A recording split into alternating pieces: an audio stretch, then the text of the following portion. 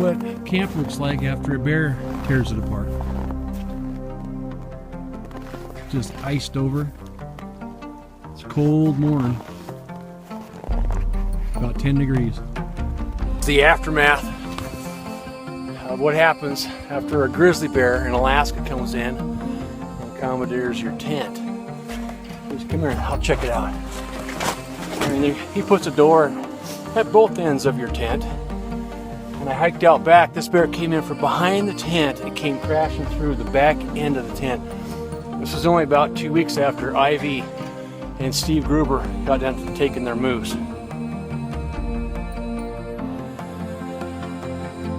And there's a gut pile within 100 yards from here. Now, you got to keep in mind, when you have a gut pile around, you're not hunting no more, you're surviving at that point in Alaska, and it gets real tense here. I got my gun handy because I don't know where he's at. He came in from the back side of the tent area, back here, and it looks like he just bulldozed his way into the back of the tent. I'm sure glad that nobody was here.